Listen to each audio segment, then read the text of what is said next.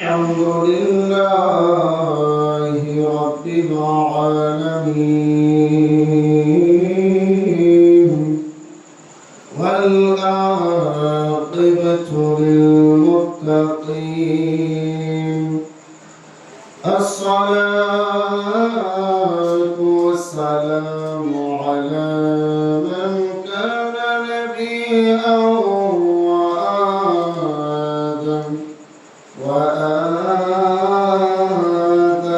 بين الماء والطين أجمل الأجملين وأكمل الأكملين سيدنا ونبينا وشفيعنا وحبيبنا ومولانا محمد وعلى آله وأصحابه وبارك وسلم أرسله بالحق بشيرا ونذيرا وداعيا إلى الله بإذنه وسراجا منيرا فقد قال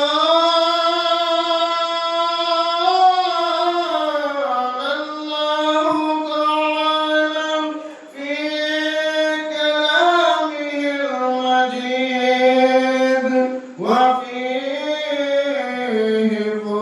فرقانه الحميد أما بعد فأعوذ بالله من الشيطان الرجيم بسم الله الرحمن الرحيم قل لا أسألكم عليه أجرا إلا المودة في القربى صدق الله مولانا العظيم وصدق رسوله النبي الحبيب الكريم في شان حبيبه ومحبوبه ومعشوقه مخبرا وآمرا إن الله وملائكته يصلون على النبي يا أيها الذين آمنوا صلوا عليه وسلموا تسليما اللهم صل على سيدنا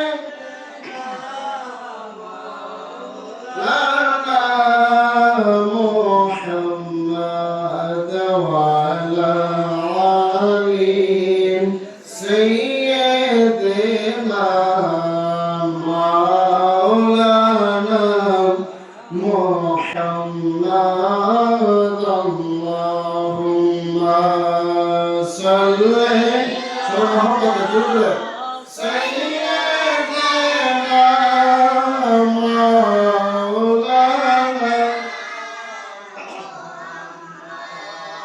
وعلى آله سيدنا مولانا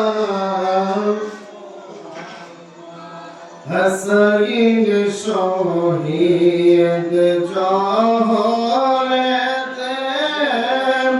حسين شهيد کربلا حسين شهيد جاهلتم حسين شهيد কারবালায় জয়নাল আবেদীন বলে হইল এদিকে জলখানা আল্লাহুম্মা সাল্লি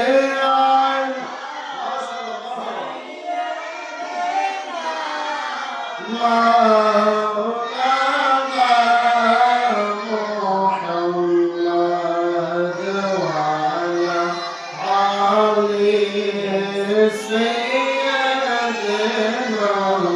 مولانا محمد ما فاتما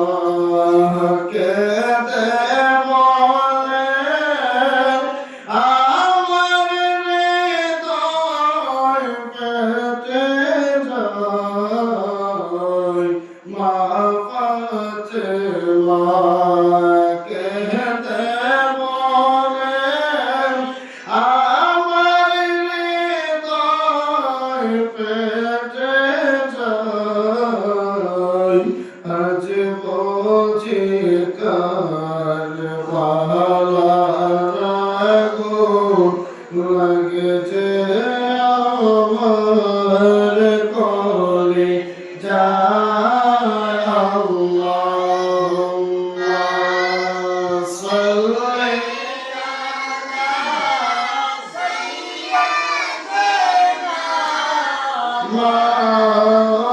مولانا محمد وعلى آله سيدنا مولانا محمد لا إله إلا الله لا إله لا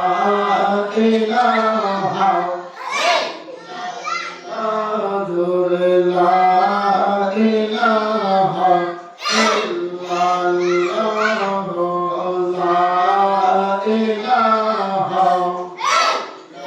لا إله إلا الله لا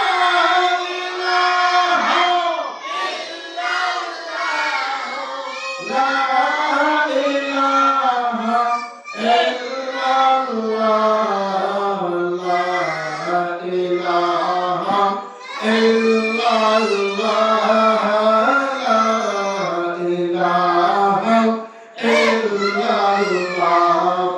لا إله إلا الله لا إله حسبي ربي جل الله ما في غير الله قل حسبي ربي جل الله ما في قلبي غير الله هاي هاي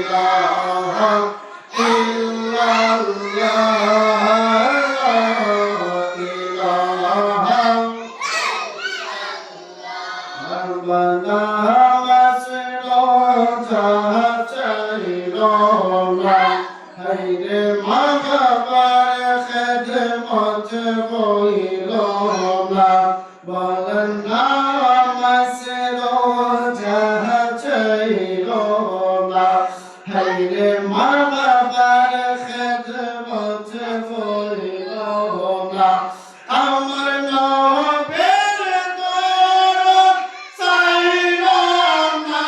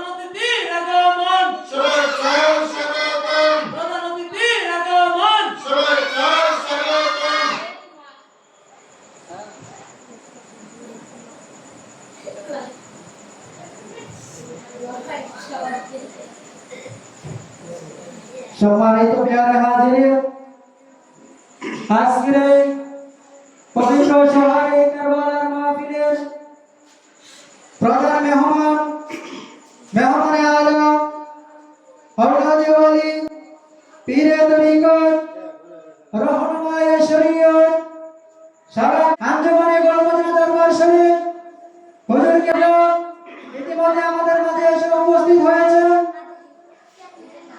হুজুরকে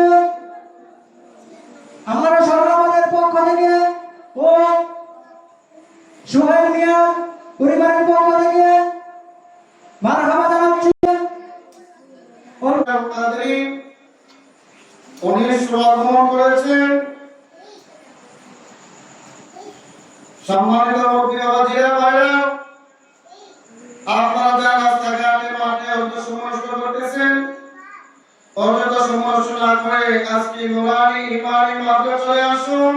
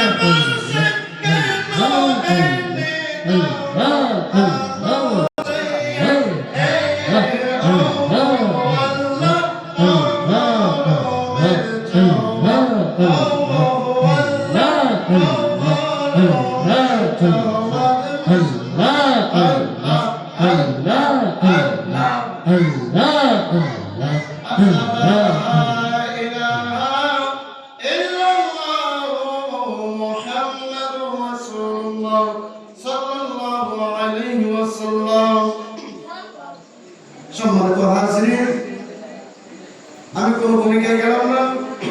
আমি পবিত্র কালামুল্লাহ শরীফ থেকে একটা আয়াতে কারিমা তেলাওয়াত করেছি।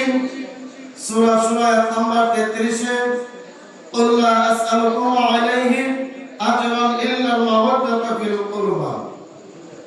আমার আল্লাহ পাক রব্বুল আলামিন কোরআনে কারিমে ঘোষণা করেছেন, আমার রাসূলকে জানিয়ে দিয়েছেন যে হে রাসূল, আপনি আপনার উম্মতের কাছে ঘোষণা করে দেন, জানিয়ে দেন, আপনি যে ইসলাম প্রচার করেছেন এর বিনিময়ে এর প্রতিদান কোনো জিনিস কোনো কিছু চান না, কিন্তু একটা জিনিস আপনার উম্মতের কাছে চান, সেটা হলো কি? সেটা হলো আপনার আহলে বায়াতের ভালোবাসা। সুবহানাল্লাহ, সুবহানাল্লাহ, সুবহানাল্লাহ। হযরত আব্বাস রাদিয়াল্লাহু তাআলা আমাদের বর্ণিত, হযরত আব্বাস রাদিয়াল্লাহু তাআলা জিজ্ঞাসা করলেন, ইয়া রাসূল